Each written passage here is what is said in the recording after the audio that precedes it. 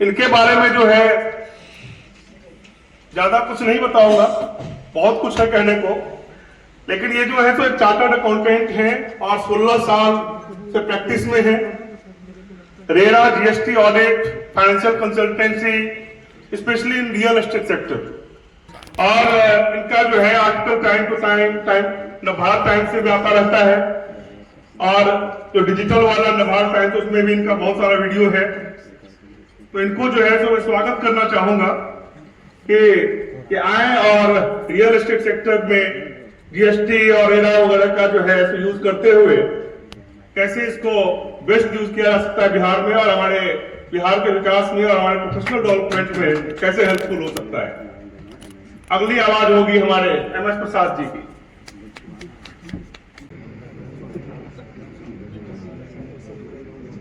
Hello hello matrix, आवाज आ रही है आप लोगों को? बहुत अच्छी आ रही है। Thank you so much.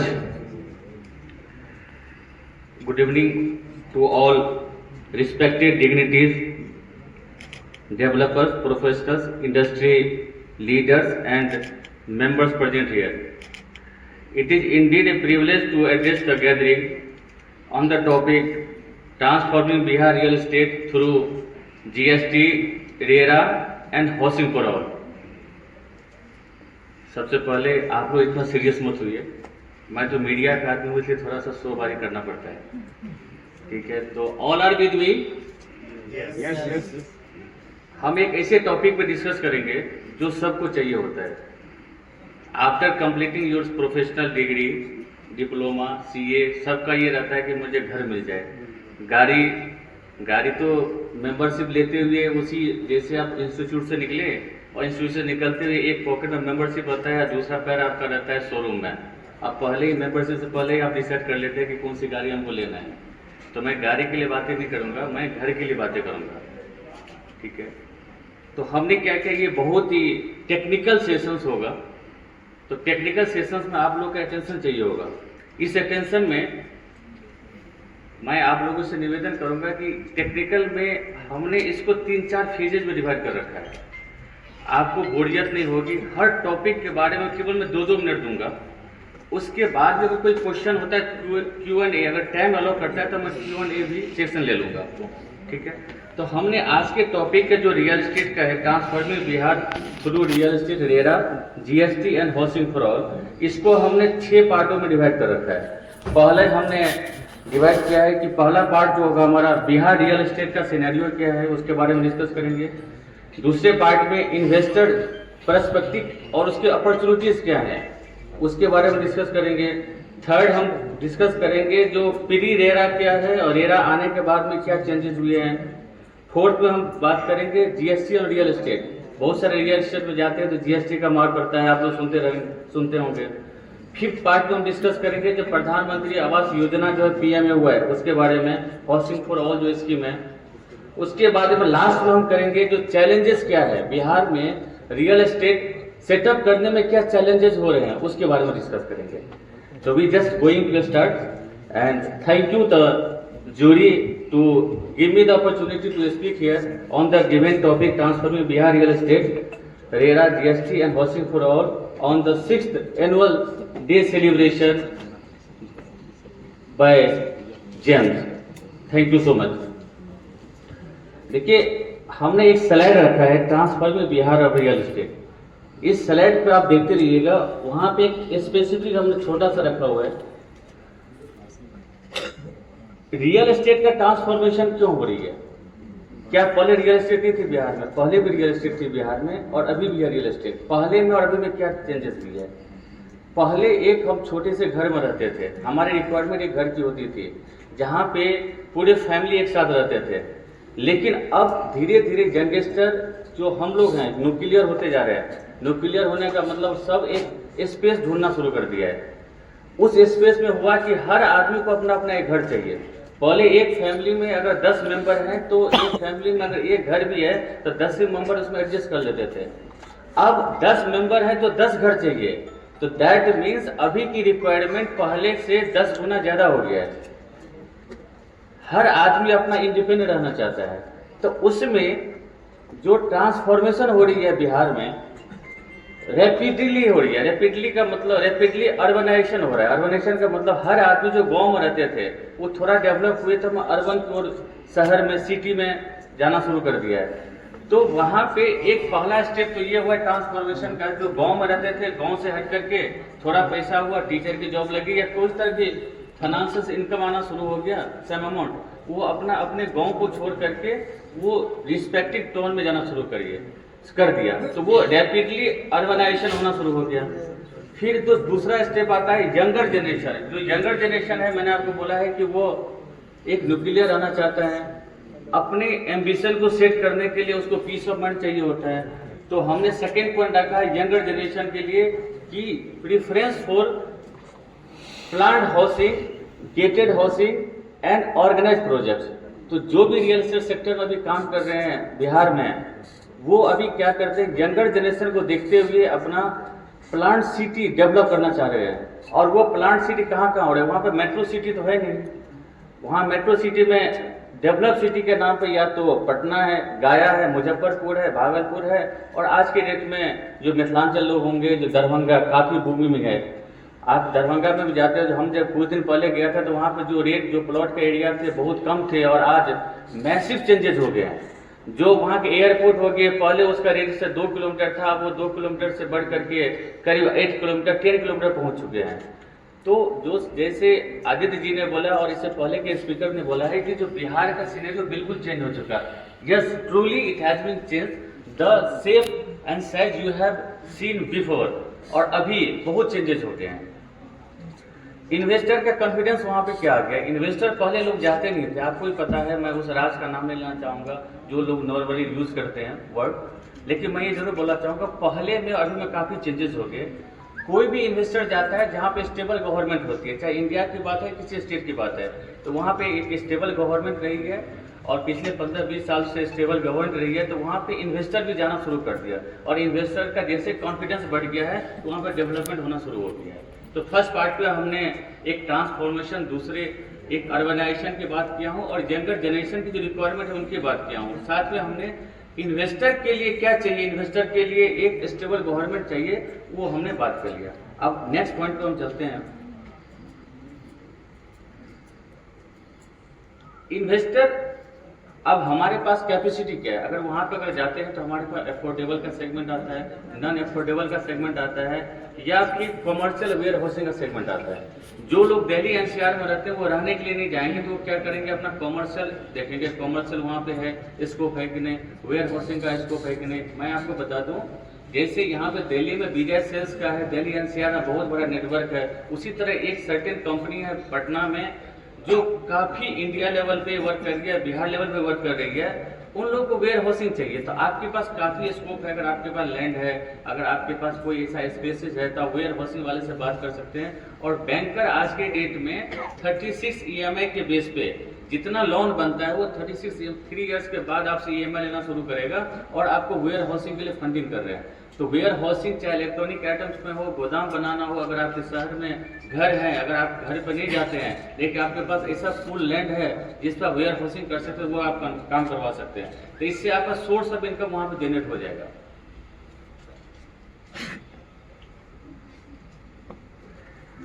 देखिए, हमने थर्ड पॉइंट बोला था कि रेरा है। रेरा क्यों आया? जो रियल एस्टेट सेक्टर है ना, जो पहले बताया गया था, रियल एस्टेट सेक्टर एक अनऑर्गेनाइज सेक्टर है। अनऑर्गेनाइज सेक्टर का मतलब क्या होते थे कि जो दबंग है, जैसे पहले पॉलिटिकल में, जैसे आदित्य जी पहले बोले थे कि पॉलिटिकल में पहले पढ़े लिखे लोग कम आते थे, उसी तरह रियल एस्टेट सेक्टर में क्या होता था, पहले जो दबंग व्यक्ति थे वो आते थे।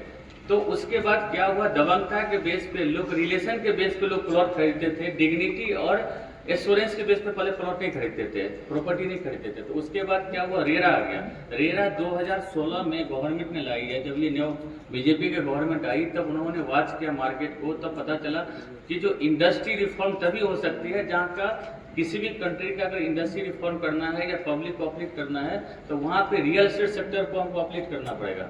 तो रियल एस्टेट सेक्टर के लिए उन्होंने रेरा को लाया, और रेरा मई 2026 में उन्होंने इनेक्ट किया।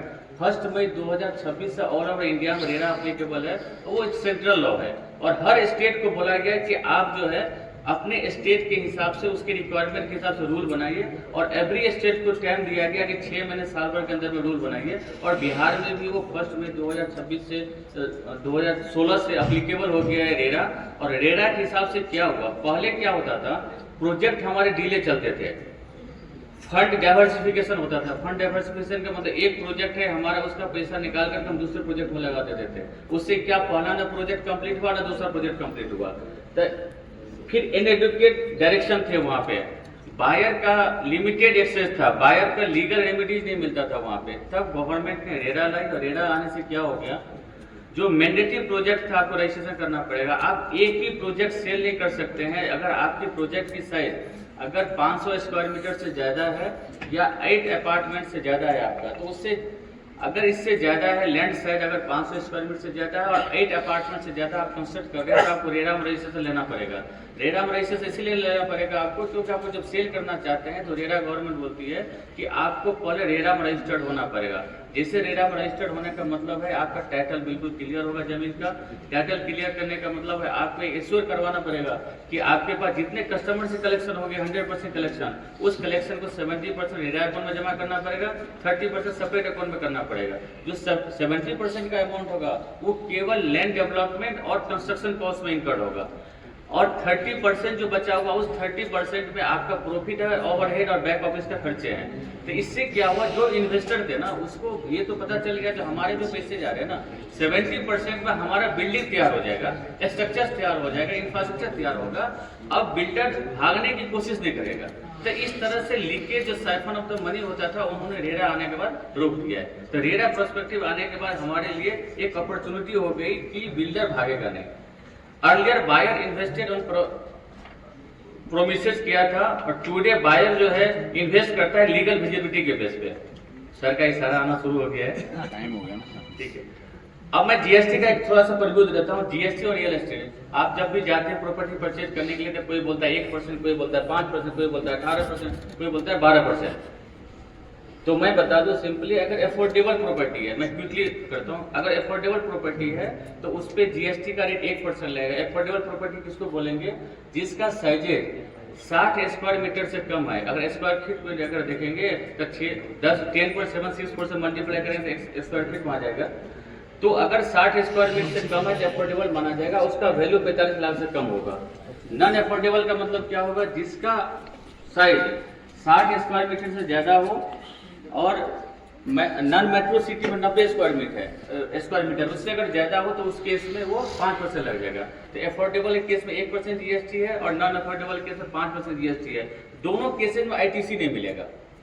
वो अलग बात है कि आपको 80% रजिस्टर्ड डीलर से परचेज करना पड़ेगा। अगर कमर्शियल प्रॉपर्टी में आप इन्वेस्ट करना चाहते हैं, जैसे शॉप हुआ, वेयर हाउस हुआ या ऑफिसेज हुआ, तो उस केस में 12% आपका इफेक्टिव जीएसटी रहेगा। 18% जीएसटी होते हैं, लेकिन लैंड का वहां पे 1/3 का एग्जम्पशन मिलता है, तो 12% आपको जीएसटी देना पड़ेगा। प्रधानमंत्री आवास योजना के बारे में डिस्कस कर लेता हूँ। गवर्नमेंट ने अभी तक 40 लाख घर को डिलीवर किया है बिहार में, और करीब 1 करोड़ का जो बिहार गवर्नमेंट है 1 करोड़ का प्रपोजल बना रही है और सेंट्रल गवर्नमेंट को दे रही है कि हमारे को इतने की घर की और रिक्वायरमेंट है। तो इस तरह अगर जब किसी भी एरिया में अगर 1 करोड़ या 1.5 करोड़ घर बनती है तो उसके सराउंडिंग्स में हमारे पास अपॉर्चुनिटी ओपन होंगे, हमारे पास जो भी रियल एस्टेट सेक्टर के बिल्कुल अपॉर्चुनिटी ओपन होंगे, एम्प्लॉयमेंट ओपन होंगे। तो एक बहुत ही अपॉर्चुनिटी हमारे लिए बिहार में आने वाला है इसके थ्रू, पीएमओवाई के थ्रू भी। चैलेंजेस क्या है, जैसे आपने बोला कि आपने सब कुछ तो कर दिया, स्टेबल गवर्नमेंट आ गई, लैंड वगैरह मिल गया आपको, रेरा भी लिया है, लॉ एस्टैब्लिश भी कर दिया। चैलेंजेस क्या है, चैलेंजेस यह है कि सब गवर्नमेंट तो फंक्शनल है, लेकिन आप कभी भी अप्रूवल लेने के लिए जाएंगे तो अप्रूवल में बहुत सारे आपको दिक्कत मिलेगी। रेरा एप्लीकेशन डालते हैं तो बोलेगा कि आपका मैप जो है प्रॉपर जो वहाँ पर अथॉरिटी है वहाँ से अप्रूव नहीं है। फिर लैंड टाइटल डिस्प्यूटेड है, जिस लैंड के लिए आपने अप्लाई किया वो लैंड में टाइटल में डिस्प्यूटेड है, या जो भी उसके को ऑनर है उन्होंने खुद डिस्प्यूट कर रखा है। जीएसटी कॉम्प्लिकेशन है, छोटे व्यापारी को जीएसटी का पता नहीं चलता है, वहाँ पे हमारे प्रोफेसर की अपॉर्चुनिटी मिल जाती है। फिर फाइनेंसिंग एंड लिटिगेशन, स्टार्टिंग में कोई फाइनेंसिंग नहीं करता है। जब आप प्रोजेक्ट डेवलप, जब आपके पास सब अप्रूवल आ जाता है उसके बाद ही फाइनेंस या प्रोजेक्ट फाइनेंसिंग की बात है, तभी कोई बैंक आता है। इनिशियल स्टेज में कोई बैंक नहीं आती है। तो फिर करें क्या, इसके लिए एक रोड मैप है बिहार के लिए। अगर रेरा आप फुल्ली इम्प्लीमेंट कर रहे हैं तो रेरा इम्प्लीमेंट करने से वहाँ का ट्रांसपेरेंसी हो जाएगा और बायर का प्रोटेक्शन मिलेगा, तो लोग प्रोजेक्ट में पैसे लगाएंगे। जीएसटी वहाँ पे एक स्ट्रक्चर्स के रूप में कंप्लायंस एफिशिएंसी कर देगा, और पीएमए आने से ब्रिंग्स इंक्लूसन एंड मास हाउसिंग। इसका मतलब ये हुआ कि जो इंक्लूसिवनेस है, इसका मतलब ये हुआ कि जितने भी लो इनकम वीकर ग्रुप वाले हैं वो भी अपना अफोर्डेबल घर लेना शुरू कर देगा। अफोर्डेबल घर लेना शुरू करेगा तो उसकी लाइफ स्टाइल भी चेंज होना शुरू हो गया। जैसे हम लोग अभी बोलते हैं कि बिहारी या बिहारी वर्ड से हम लोग को ये होता है, या कोई कमेंट पास कर देता है, इस तरह करके जो कमेंट पास हो रही है, या फिर वो क्यों स्टैंडर्ड ऑफ लिविंग के लिए, तो जैसे अगर हाउसिंग फॉर ऑल आता है, सबको घर मिल जाते हैं, सबको छत मिल जाते हैं, एक स्टैंडर्ड ऑफ लिविंग भी हमारा इनहेंस हो जाएगा। ये छोटी सी हमारी प्रेजेंटेशन थी आप लोगों के बीच में, हमारे पास लिमिटेड टाइम दिया गया था। और जैसे सर ने बोला है कि मैं उस पर धन की बात एक कार्यक्रम आता है, उस पर मैं आता हूँ, और छोटी छोटी हमारे वीडियो आते हैं, उसमें फिर आधे घंटे का प्रोग्राम होता है। और touchwood with your blessings within 24 hours 20,000 plus 25,000 हमारे व्यूज हो जाते हैं उसमें। तो जब एडिटर इन चीफ ने मेरे को कॉल किया तो बोला कि प्रसाद जी आपकी वीडियोस में कंटेंट ज़्यादा होते हैं, आप इधर की बातें जो मटेरियल होता है तो मैं आज भी मटेरियल लेकर बहुत सारा आया हुआ हूँ, लेकिन ड्यू टू शॉर्टेज टाइम हमने लिमिटेड प्रेजेंटेशन दिया है। बहुत बहुत धन्यवाद आप लोगों को हमारे इस छोटे से प्रेजेंटेशन सुनने के लिए। Thank you so much.